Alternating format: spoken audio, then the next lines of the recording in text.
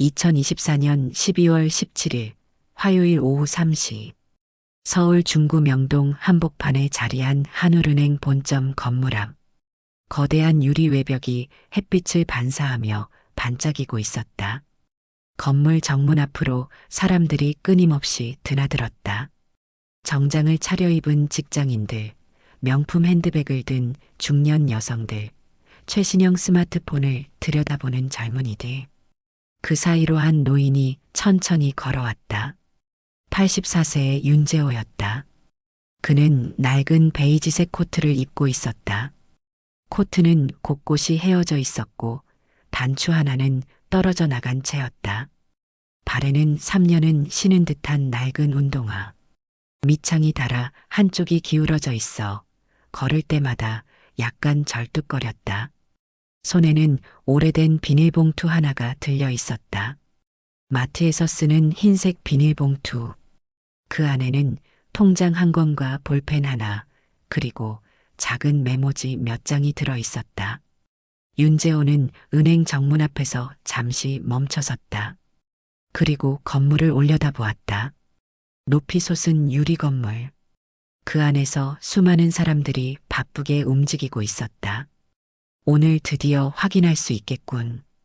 윤재호는 작게 한숨을 쉬며 자동문을 밀었다. 슝. 문이 열리며 따뜻한 공기가 그를 감쌌다. 난방이 잘 되어 있는 로비 안은 쾌적했다. 하지만 그 따뜻함과는 달리 사람들의 시선은 차갑고 날카로웠다. 윤재호가 로비 안으로 들어서자 대기 중이던 사람들의 시선이 일제히 그에게 쏠렸다. 저 노인분 노숙자 아니야? 한 젊은 여성이 옆 사람에게 속삭였다. 복지 상담소랑 헷갈린 거 아니야? 여기 은행인데. 다른 남성이 코웃음을 쳤다. 아이고, 저런 분이 왜 여기 와? 경비한테 말해야 하는 거 아니야? 윤재호는 그 모든 속삭임을 들었다. 하지만 표정 하나 변하지 않았다. 그는 이미 예상했다. 사람들은 언제나 겉모습으로 판단한다. 그것이 인간의 본능이자 한계였다. 그는 천천히 대기표 발권기 앞으로 걸어갔다. 화면에는 여러 버튼이 복잡하게 배치되어 있었다. 윤재호는 잠시 망설이다가 예금 업무 버튼을 눌렀다. 번호표가 나왔다. 75번. 현재 진행 중인 번호는 58번이었다. 최소 20분은 기다려야 했다. 윤재호는 로비 한쪽 플라스틱 의자로 걸어갔다. 그리고 조용히 앉았다. 의자는 딱딱하고 차가웠다. 하지만 그는 신경 쓰지 않았다. 바로 옆자리에는 30대 후반으로 보이는 중년 여성이 앉아 있었다. 그녀는 명품 핸드백을 무릎에 올려놓고 스마트폰으로 무언가를 열심히 타이핑하고 있었다. 윤재호가 자리에 앉자 여성은 힐끗 그를 쳐다보았다. 그리고 표정이 미묘하게 변했다. 그녀는 슬며시 자리를 옮겼다. 두 칸 떨어진 곳으로. 냄새나네. 여성의 작은 중얼거림이 들렸다. 윤재호는 속으로 쓸쓸히 웃었다. 아침에 깨끗이 씻고 나왔다. 면도도 했고 옷도 빨래해서 입었다. 하지만 그녀에게는 중요하지 않았다. 그저 낡은 옷을 입은 노인이라는 사실만이 중요했다. 문득 아내 생각이 떠올랐다. 5년 전 세상을 떠난 아내 이정숙. 그녀는 언제나 윤재호에게 이렇게 말했다. 여보, 제발 나갈 땐 좀 멀끔하게 입고 다녀요. 당신 회장님이잖아요. 이게 편해. 사람들이 우습게 볼 텐데요. 우습게 보면 어때? 진짜 나를 알아보는 사람만 있으면 돼. 정숙은 고개를 저으며 웃었다. 당신은 정말 고집불통이에요. 하지만 그게 또 당신답기도 하죠. 윤재호는 그 기억을 떠올리며 미소 지었다. 정숙이 살아있었다면 오늘 이 모습을 뭐라고 했을까? 여보, 그래도 이번엔 좀 심한 거 아니에요? 아마 그렇게 말했을 것이다. 하지만 결국에는 웃으며 이해해줬을 것이다. 그녀는 언제나 그랬다. 시간이 천천히 흘렀다. 번호판은 하나씩 올라갔다. 60번, 63번, 67번. 사람들은 하나씩 창구로 불려갔다. 업무를 마치고 나가는 사람들, 새로 들어오는 사람들. 로비는 여전히 분주했다. 윤재호는 조용히 앉아서 주변을 관찰했다. 창구 직원들은 모두 단정한 유니폼을 입고 있었다. 남성 직원은 짙은 남색 정장에 빨간 넥타이, 여성 직원은 흰 블라우스에 짙은 남색 재킷. 모두가 깔끔하고 전문적으로 보였다. 하지만 그들의 눈빛은 피곤해 보였다. 반복되는 업무, 까다로운 고객들, 그리고 끊임없는 성과 압박. 그것들이 그들을 지치게 만들었다. 윤재호는 그들을 보며 생각했다. 저 사람들도 누군가의 자식이고 부모겠지. 각자의 삶이 있고 각자의 꿈이 있을 거야. 하지만 오늘 그는 그들에게 중요한 교훈을 주어야 했다. 아니, 줄 수밖에 없었다. 그때 한 아이가 윤재호 앞을 지나갔다. 5살쯤 되어 보이는 남자아이였다.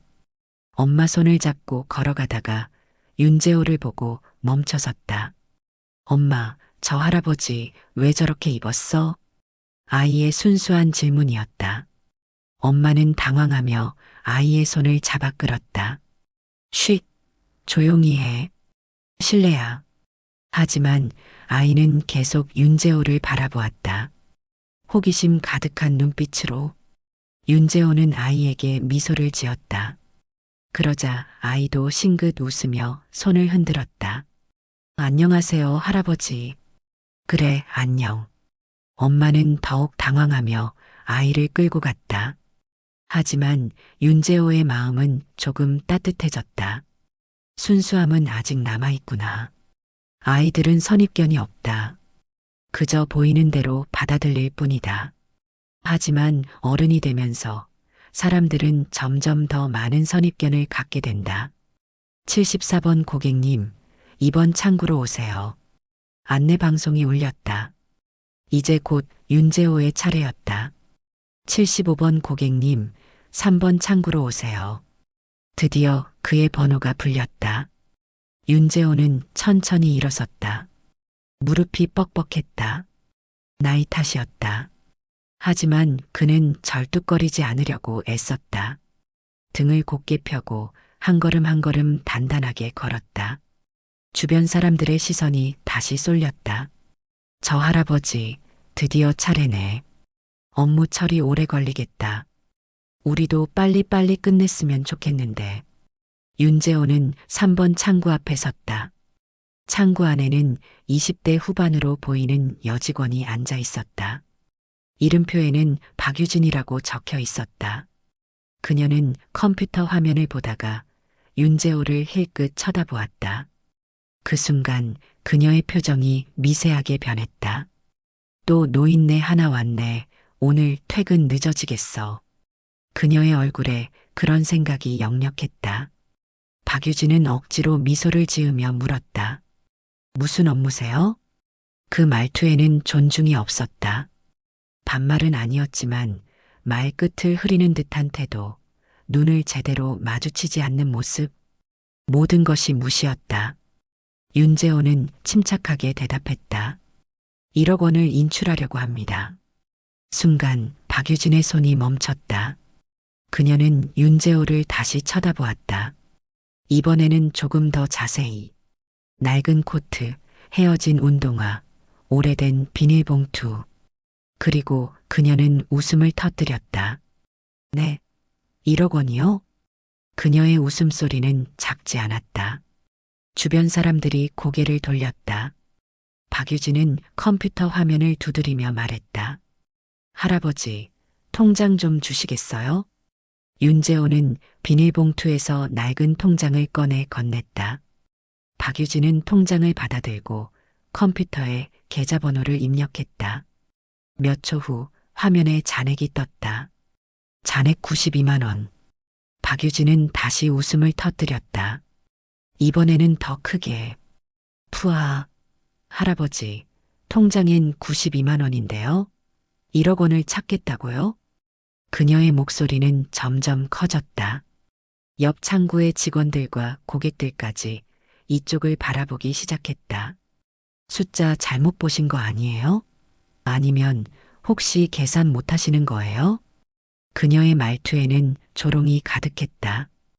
윤재호는 표정 하나 변하지 않고 말했다. 다른 계좌도 있습니다.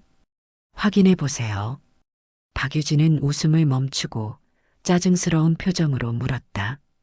다른 계좌요? 어디 은행이요? 여기요.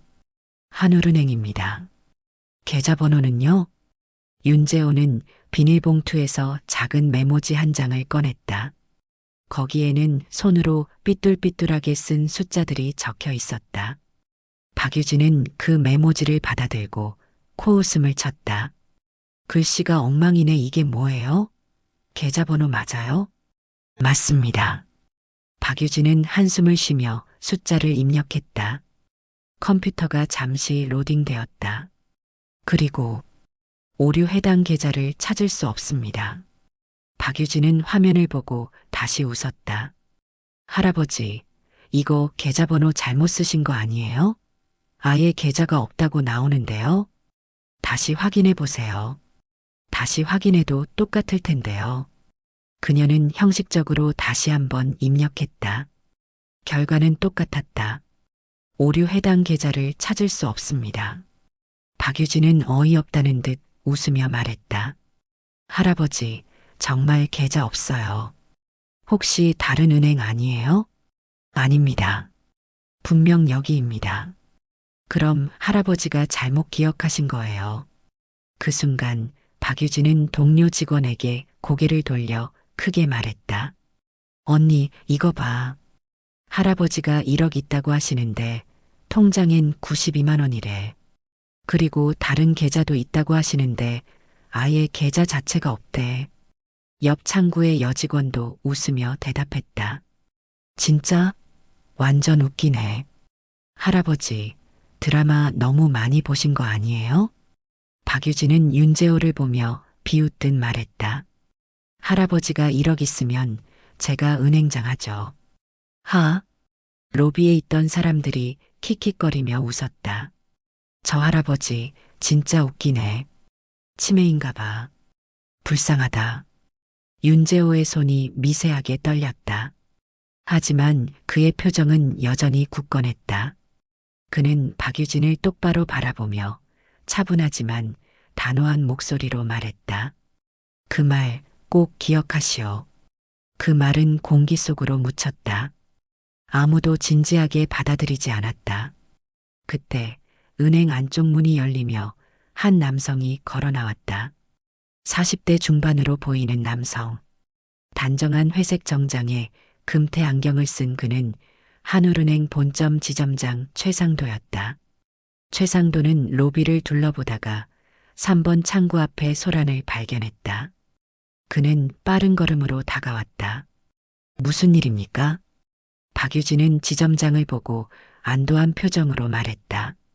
지점장님, 이 고객분이 1억 원을 찾겠다고 하시는데 통장에는 92만 원밖에 없고요. 그리고 다른 계좌도 있다고 하시는데 시스템에서 찾을 수가 없어요. 최상도는 윤재호를 힐끗 보았다. 낡은 옷차림, 떨리는 손, 초점 없는 눈빛. 그는 즉시 판단했다. 치매 환자구먼. 최상도는 부드러운 미소를 지으며 윤재호에게 다가갔다.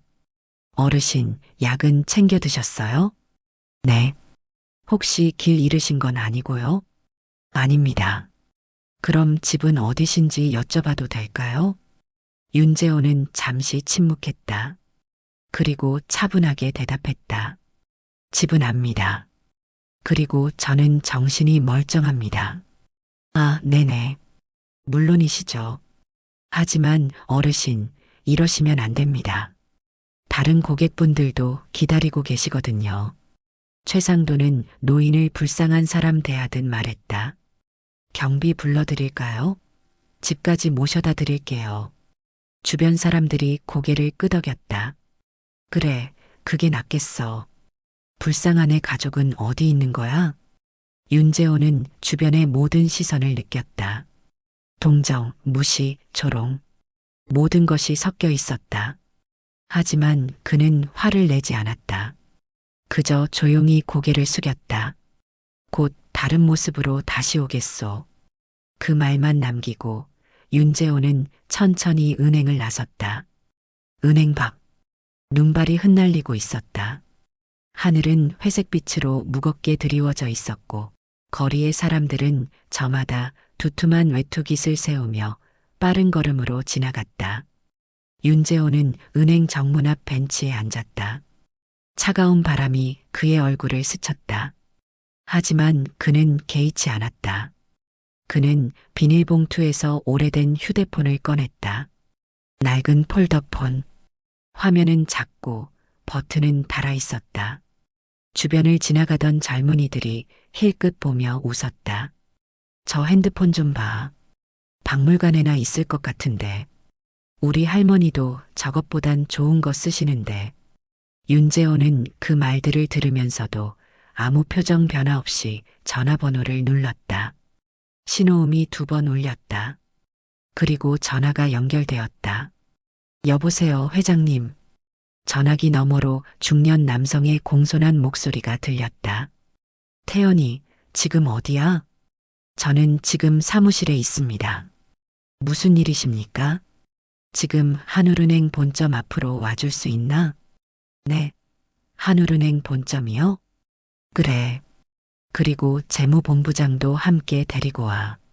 전화기 너머에서 잠시 침묵이 흘렀다. 그리고 조심스러운 목소리가 들렸다. 회장님, 혹시 무슨 일이 있으신 겁니까? 오면 알게 될 거야. 빨리 와. 알겠습니다. 바로 출발하겠습니다. 윤재호는 전화를 끊었다. 그리고 다시 눈 내리는 하늘을 바라보았다. 그의 표정은 평온했다. 하지만 그 안에는 단호함이 담겨 있었다. 바로 그때 누군가 윤재호에게 다가왔다. 할아버지. 젊은 남성의 목소리였다. 윤재호는 고개를 돌렸다. 눈앞에는 25살의 청년이 서 있었다. 그의 손자 윤도윤이었다. 도윤은 대학원생으로 경영학을 공부하고 있었다. 단정한 외모에 똑똑한 머리. 할아버지의 자랑이었다. 할아버지, 여기서 뭐 하세요? 너무 추운데. 도윤은 할아버지 옆에 앉으며 걱정스러운 표정으로 물었다. 응, 잠깐 볼 일이 있어서. 무슨 볼 일이요? 혹시 은행 업무 보러 오신 거예요? 그래. 그럼 제가 도와드릴게요. 요즘 은행 시스템 복잡하잖아요. 윤재호는 손자의 손을 꼭 잡으며 말했다. 고맙다, 도윤아. 하지만 할아버지 혼자 할 수 있어. 하지만 바로 그때 윤재호의 휴대폰이 다시 울렸다. 그는 전화를 받았다. 여보세요? 회장님, 저 태연입니다. 지금 차로 출발했습니다. 10분 안에 도착하겠습니다. 알겠네. 윤재호는 전화를 끊었다. 도윤은 의아한 표정으로 물었다. 할아버지, 누구한테 전화 받으신 거예요? 응, 곧 알게 될 거야. 무슨 말씀이세요? 윤재호는 잠시 침묵하다가 손자를 똑바로 바라보며 말했다. 도윤아, 할아버지가 너한테 한 가지 물어볼게. 네, 할아버지. 사람을 어떻게 판단해야 한다고 생각하니? 도윤은 잠시 생각하다가 대답했다. 겉모습이 아니라 그 사람의 행동과 성품으로 판단해야 한다고 생각해요. 윤재호는 만족스러운 표정으로 고개를 끄덕였다. 맞아. 하지만 세상 사람들은 그렇게 하지 않지. 사람들은 언제나 겉모습만 보고 판단해. 할아버지 무슨 일 있으셨어요? 윤재호는 잠시 망설이다가 방금 은행에서 있었던 일을 설명했다. 박유진의 조롱, 최상도 지점장의 무시, 그리고 주변 사람들의 비웃음. 도윤은 듣는 내내 표정이 굳어갔다. 할아버지 너무 심한 거 아니에요? 그냥 가요. 다른 은행 가면 되잖아요. 윤재호는 고개를 저었다. 아니야, 도윤아. 이건 단순히 은행 문제가 아니야. 이건 사람들의 태도 문제야. 그래도 사람들은 교훈을 통해서만 배울 수 있어. 오늘 할아버지가 그 교훈을 주려고 해. 도윤은 할아버지의 단호한 눈빛을 보며 더 이상 말하지 못했다. 15분 후, 부웅. 고급 세단 엔진 소리가 들렸다. 검은색 제네시스 지구십 2대가 은행 앞에 멈춰섰다. 최고급 모델이었다. 운전석 문이 열리고 정장을 말끔하게 차려입은 중년 남성이 내렸다. 그리고 뒷좌석에서 또 한 명의 남성이 내렸다. 역시 깔끔한 정장 차림이었다. 두 남성은 주변을 둘러보다가 벤치에 앉아 있는 윤재호를 발견했다. 그들은 곧장 윤재호에게 다가갔다. 그리고 깊숙이 허리를 숙이며 인사했다. 회장님, 오래 기다리셨습니다. 순간 주변을 지나가던 사람들이 멈춰섰다. 회장님? 저 노인이? 도윤은 눈이 휘둥그레졌다. 회장님이라고요? 윤재호는 천천히 일어서며 두 남성을 바라보았다. 고생했네, 태연이. 재무본부장도. 첫 번째 남성, 이태연은 윤재호의 비서실장이었다. 그는 공손한 목소리로 말했다. 회장님, 무슨 일이십니까? 잠시 후에 설명하지. 지금은 은행 안으로 들어가세. 알겠습니다. 윤재호는 손자를 돌아보았다. 도윤아, 이제 알겠니? 할아버지가 회장님이시라고요? 그래. 할아버지는 대형그룹 명예회장이야. 도윤은 믿을 수 없다는 표정이었다. 대형그룹. 한국 10대 재벌 중 하나. 건설, 금융, 유통업을 아우르는 거대 기업. 총 자산 30조 원. 직원 수 5만 명. 그리고 그 그룹의 창업주이자 명예회장이 바로 윤재호였다. 할아버지, 저는 몰랐어요. 할아버지가 그렇게 큰 회사에 일부러 말하지 않았어. 너희들이 할아버지를 있는 그대로 봐주길 원했거든. 도윤은 할아버지의 손을 꼭 잡았다. 할아버지, 그럼 지금. 응. 이제 진짜 교육의 시간이야. 윤재호는 은행 건물을 바라보았다. 그의 눈빛은 차갑고 단호했다. 윤재호와 이태연 재무본부장 그리고 손자 도윤은 함께 은행 안으로 걸어 들어갔다. 자동문이 열리며 네 사람이 로비 안으로 들어섰다. 순간 로비 전체가 정적에 빠졌다. 아까 윤재호를 비웃던 사람들이 하나둘 고개를 들었다. 저 노인 아까 그 사람 아냐? 맞아. 근데 왜 정장 입은 사람들이랑 같이? 저 차들 봤어? 완전 고급 세단인데? 사람들의 속삭임이 로비를 가득 채웠다. 3번 창구에 있던 박유진도 고개를 들었다. 그리고 윤재호를 보는 순간 그녀의 표정이 굳어졌다. 저 할아버지 왜 다시 온 거지? 최상도 지점장도 로비로 나왔다. 그는 윤재호 일행을 보고 미간을 찌푸렸다. 아까 그 노인네인데 왜 저런 사람들이랑 같이 있지? 이태연 비서실장은 로비를 둘러보다가 최상도를 발견했다. 그는 곧장 그에게 다가갔다. 지점장 최상도 씨 계십니까? 최상도는 당황하며 대답했다. 예, 제가 최상도입니다. 그런데 누구십니까? 이태연은 명함을 건네며 말했다. 저는 대형그룹 비서실장 이태연입니다. 그리고 이분은 우리 그룹 재무본부장이십니다. 최상도는 명함을 받아들고 눈이 휘둥그레졌다. 대형그룹 비서실장 이태연. 그 이름은 재계에서 유명했다. 대형그룹 회장의 오른팔. 그가 움직이면 수백억 원의 거래가 이루어진다는 소문이 있었다. 최상도는 황급히 허리를 숙였다. 아, 안녕하십니까. 저희 은행을 방문해 주셔서 영광입니다. 이태연은 무표정한 얼굴로 말했다.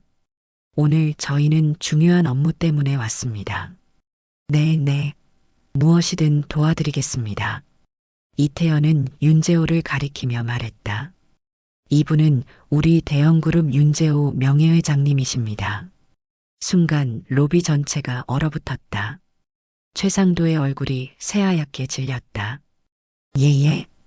그리고 회장님께서는 한울은행에 5천억 원을 예치하고 계십니다. 쿵. 누군가의 핸드백이 바닥에 떨어졌다. 박유진은 의자에서 일어서다가 다리에 힘이 풀려 주저앉았다. 5천억 원이라고요? 손에서 펜이 떨어졌다. 주변 고객들이 웅성거리기 시작했다. 대형그룹 회장님이라고? 저 노인이? 5천억 원이라니 말도 안 돼. 최상도는 얼굴이 새하얗게 질린 채 윤재호에게 다가갔다. 그리고 깊숙이 허리를 숙였다. 회 회장님, 정말 죄송합니다. 제가 몰라 뵙고. 윤재호는 그를 차갑게 바라보며 말했다. 지점장님, 아까 저를 뭐라고 하셨죠? 그게 약은 챙겨 드셨냐고 물으셨죠. 그리고 길 잃은 거 아니냐고도 하셨고. 최상도는 아무 말도 할 수 없었다. 그저 땀만 흘릴 뿐이었다. 윤재호는 박유진을 바라보았다. 박유진 직원. 박유진은 떨리는 목소리로 대답했다. 예. 아까 저한테 뭐라고 하셨죠? 그게 내가 1억 있으면 당신이 은행장 된다고 했죠. 박유진의 얼굴이 새하얗게 질렸다. 윤재호는 차분하지만 단호한 목소리로 말했다. 그 말 기억하고 계시오. 이태연 비서실장은 최상도에게 말했다. 지점장님, 지금부터 회장님의 계좌를 확인하겠습니다. 협조 부탁드립니다. 최상도는 황급히 고개를 끄덕였다. 네, 물론입니다. 재무본부장이 앞으로 나섰다. 그는 서류 가방에서 파일 하나를 꺼냈다. 이것이 회장님의 계좌 정보입니다. VIP 전용 계좌로 일반 직원은 조회가 불가능합니다. 최상도는 파일을 받아들고 떨리는 손으로 펼쳤다. 대형그룹 윤재호 명예회장. 계좌번호 110XXXXXXXXX. 예치금액 5,200억 원. 최상도는 숫자를 보는 순간 현기증이 났다. 5,200억 원. 한울은행 전체 예치금의 약 15%. 만약 이 돈이 한꺼번에 인출된다면 은행은 즉시 유동성 위기에 빠질 것이다. 주가는 폭락하고 고객들의 대규모 인출 러시가 시작될 수 있다. 최악의 경우 경영 위기까지 초래될 수 있었다. 최상도는 윤재호를 바라보며 떨리는 목소리로 말했다. 회장님, 정말 죄송합니다. 윤재호는 그를 차갑게 바라보았다. 지점장님, 저는 오늘 중요한 결정을 내리러 왔습니다. 결정이요? 네. 제 돈을 전액 인출하려고 합니다. 순간 로비 전체가 충격에 빠졌다. 전액 인출이라고? 5,200억 원을? 은행 망하는 거 아니야? 고객들이 술렁이기 시작했다. 한 중년 남성이 급히 자리에서 일어났다. 저도 돈 빼야겠어. 은행 망하기 전에. 그 말에 다른 사람들도 하나둘 창구로 몰려들기 시작했다. 저도요. 저도 인출할게요. 순식간에 로비는 아수라장이 되었다. 최상도는 절망적인 표정으로 윤재호에게 매달렸다. 회장님, 제발 다시 한번 생각해 주십시오. 왜 다시 생각해야 합니까? 만약 회장님께서 전액 인출하신다면 이 은행은 망하겠죠. 윤재호의 목소리는 담담했다. 하지만 그건 내 문제가 아닙니다. 회장님, 제발. 수백 명의 직원들이 생계가 걸려 있습니다. 그럼 그 직원들이 고객을 어떻게 대했는지 아십니까? 최상도는 아무 말도 할 수 없었다. 윤재호는 계속 말했다. 오늘 저는 겉모습만 보고 판단당했습니다. 직원도, 지점장도, 그리고 여기 있는 모든 사람들도 저를 무시했습니다. 로비에 있던 사람들은 고개를 숙였다. 만약 제가 고급 정장을 입고 비서를 대동하고 왔다면 여러분은 저를 극진히 대접했겠죠. 죄송합니다. 사과는 필요 없습니다. 저는 단지 교훈을 주고 싶을 뿐입니다. 윤재호는 로비를 둘러보았다. 사람은 겉모습으로 판단할 수 없습니다. 초라한 옷을 입었다고 해서, 나이가 많다고 해서, 가난해 보인다고 해서 함부로 대해서는 안 됩니다. 그의 목소리는 부드러웠지만 그 안에는 단호함이 담겨 있었다. 진정한 가치는 눈에 보이지 않는 곳에 있습니다. 그걸 오늘 여러분이 배웠으면 좋겠습니다. 로비는 완전한 침묵에 빠졌다. 윤재호는 이태연 비서실장을 바라보며 말했다. 태연이 전액 인출 절차를 시작하게. 예, 회장님. 이태연은 서류 가방에서 두꺼운 파일을 꺼냈다. 그리고 최상도에게 건넸다. 이것이 전액 인출 신청서입니다. 지금 즉시 처리해 주시기 바랍니다. 최상도는 떨리는 손으로 파일을 받아들었다. 대형그룹 윤재호 명예회장. 전액 인출 신청. 금액 5,200억 원. 최상도는 파일을 보는 순간 다리에 힘이 풀려 주저앉을 뻔했다. 끝났다. 우리 은행 끝났어. 박유진도 창구 안에서 얼굴이 새하얗게 질린 채 그 광경을 바라보고 있었다. 내가 무슨 짓을 한 거야. 다른 직원들도 모두 절망적인 표정이었다. 고객들은 계속 창구로 몰려들었다. 저도 인출할게요. 빨리 처리해 주세요. 이 은행 망하기 전에 돈 빼야 돼. 로비는 완전한 혼란에 빠졌다. 최상도는 윤재호 앞에 무릎을 꿇었다. 회장님, 제발 용서해 주십시오. 그의 목소리는 울먹이고 있었다. 제가 잘못했습니다. 회장님을 알아보지 못하고 무례하게 대했습니다. 정말 죄송합니다. 박유진도 창구 밖으로 나와 무릎을 꿇었다. 회장님, 저도 죄송합니다. 정말 잘못했습니다. 그녀는 눈물을 흘리고 있었다. 다른 직원들도 하나둘 무릎을 꿇기 시작했다. 죄송합니다. 용서해 주십시오. 윤재호는 그들을 내려다보았다. 긴 침묵이 흘렀다. 그리고 윤재호는 천천히 입을 열었다. 여러분이 잘못한 건 저를 무시한 게 아닙니다.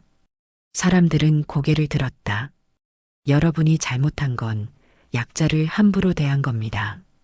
만약 제가 정말로 가난한 노인이었다면 여러분의 조롱과 무시는 그 사람에게 얼마나 큰 상처가 됐겠습니까? 최상도는 아무 말도 할 수 없었다. 권력이 있는 사람, 돈이 많은 사람에게만 친절한 건 진짜 친절이 아닙니다. 진정한 친절은 약자에게도 똑같이 대하는 겁니다. 윤재호는 로비를 둘러보았다.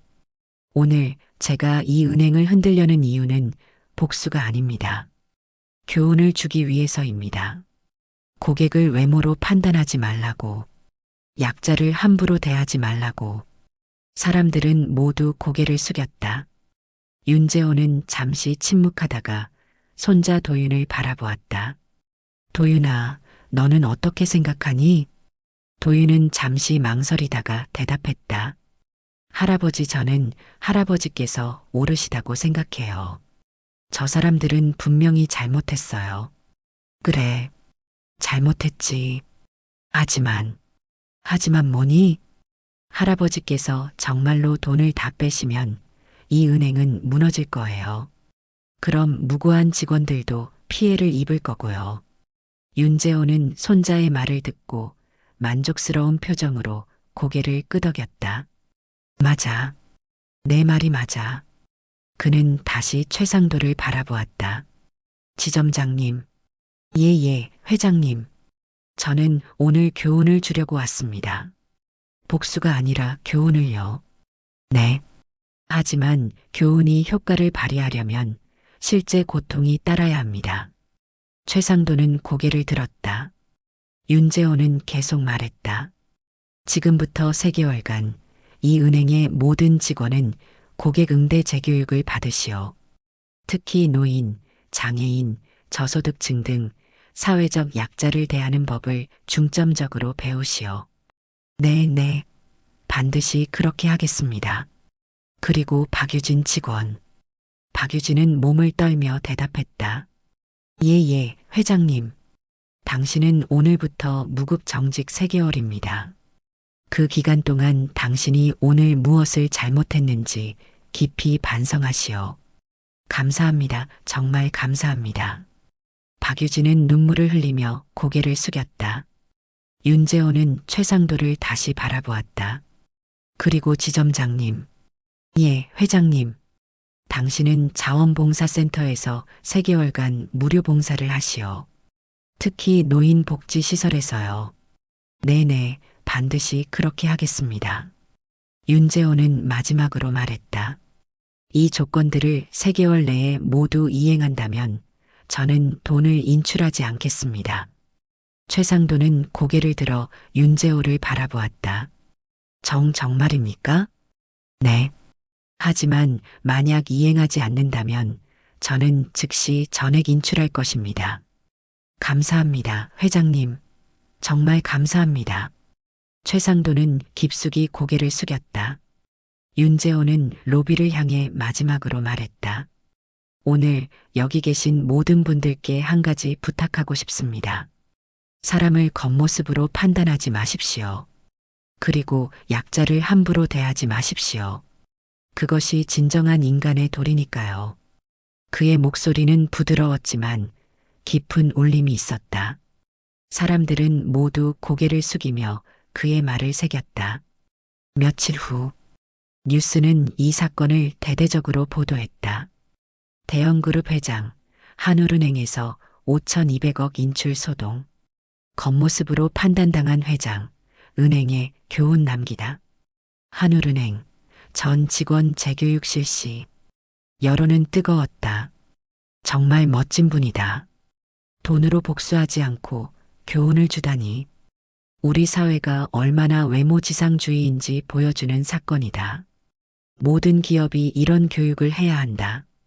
한울은행은 즉시 변화를 시작했다. 모든 직원은 고객 응대 재교육을 받았다. 특히 사회적 약자를 대하는 법을 중점적으로 배웠다.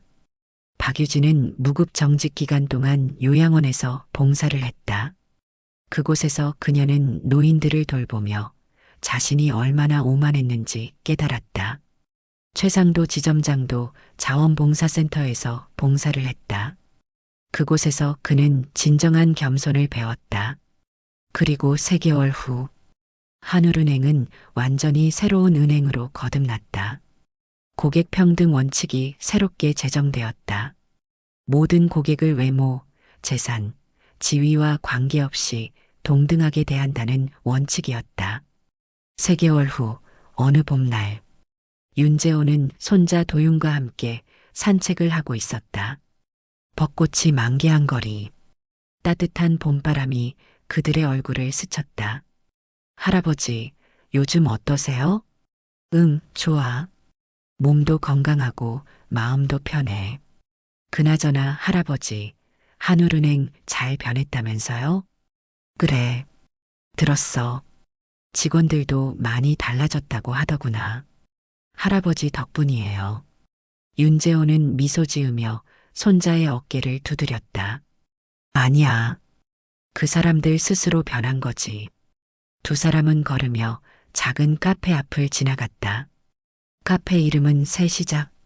아담하고 예쁜 카페였다. 윤재호는 문득 발걸음을 멈췄다. 도윤아, 저기 잠깐 들어가 볼까? 카페요? 좋아요. 2사람은 카페 안으로 들어갔다. 카페 안은 따뜻하고 아늑했다. 원목 테이블과 의자, 벽에는 작은 그림들이 걸려 있었다.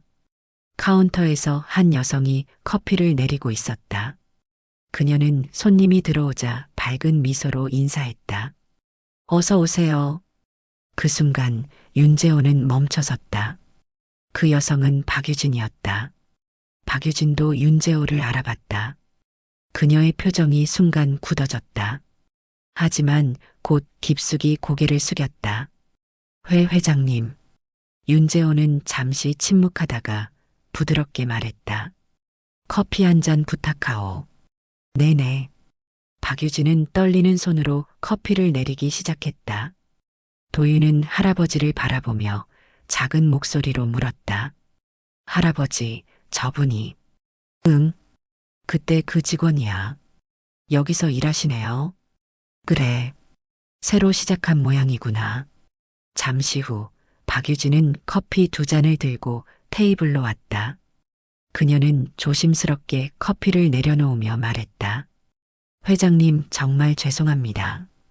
윤재호는 커피를 한 모금 마시며 말했다. 괜찮아요. 이제 다 지난 일이니까. 아니요. 저는 제가 얼마나 오만했는지 그날 이후로 매일 반성했어요. 박유진의 눈에 눈물이 맺혔다. 저는 은행에서 해고됐어요. 당연한 결과였죠. 하지만 그게 오히려 제게는 기회가 됐어요. 기회요? 네. 저는 요양원에서 봉사하면서 많은 것을 배웠어요.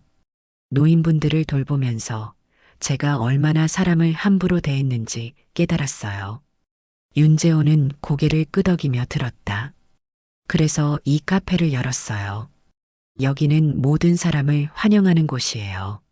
나이, 외모, 재산과 관계없이요. 좋은 생각이네요. 회장님 덕분입니다.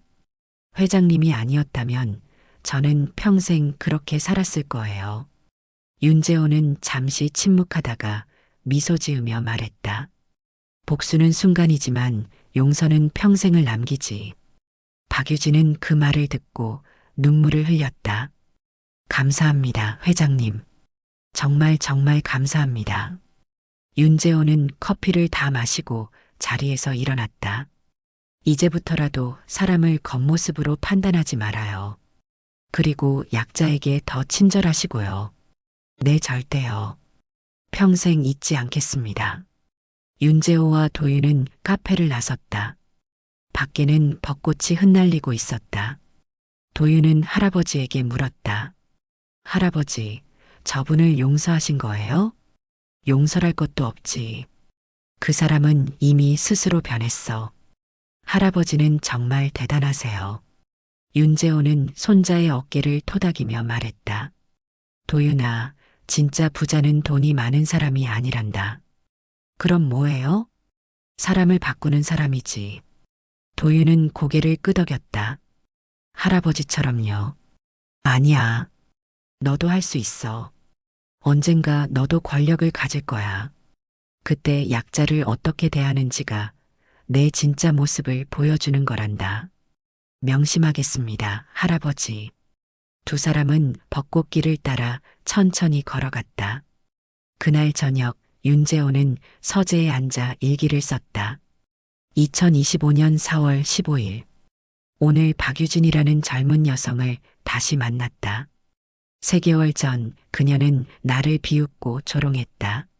하지만 오늘 그녀는 완전히 다른 사람이 되어 있었다. 사람은 변할 수 있다.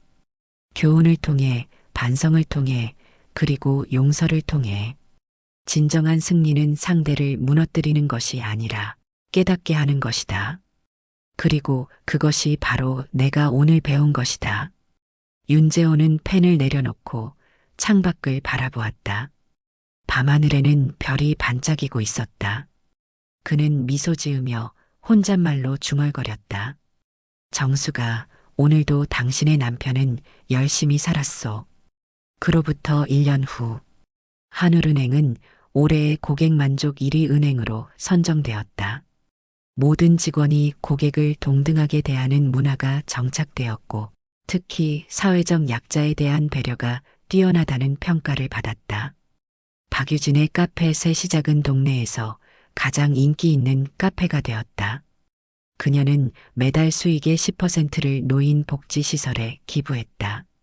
최상도 전 지점장은 자원봉사센터에서 정식 직원이 되어 평생 봉사의 길을 걷기로 결심했다. 그리고 윤재호 회장의 이야기는 전국적으로 알려졌다. 많은 기업들이 그의 사례를 배우며 고객 응대 교육을 강화했다. 사람들은 말했다. 저런 분이 진짜 리더다. 겉모습으로 사람을 판단하면 안 된다는 걸 배웠다. 나도 오늘부터 약자를 더 존중해야겠다. 작은 변화들이 모여 사회 전체가 조금씩 따뜻해졌다. 여러분, 오늘 이 이야기를 읽으셨습니다. 한 평범한 노인의 작은 실험. 하지만 그 실험은 큰 교훈을 남겼습니다. 사람을 겉모습으로 판단하지 마세요. 약자를 함부로 대하지 마세요. 진정한 가치는 눈에 보이지 않는 곳에 있습니다. 오늘 당신도 주변을 돌아보세요. 혹시 누군가를 겉모습만 보고 판단하고 있지는 않나요? 혹시 약자를 무시하고 있지는 않나요? 작은 변화 하나가 세상을 바꿉니다. 당신의 작은 친절 하나가 누군가에게는 큰 희망이 될 수 있습니다. 오늘 한 사람에게 친절을 베풀어 보세요. 그것이 세상을 바꾸는 첫걸음입니다. 이 이야기가 마음에 와닿았다면 구독과 좋아요 부탁드립니다.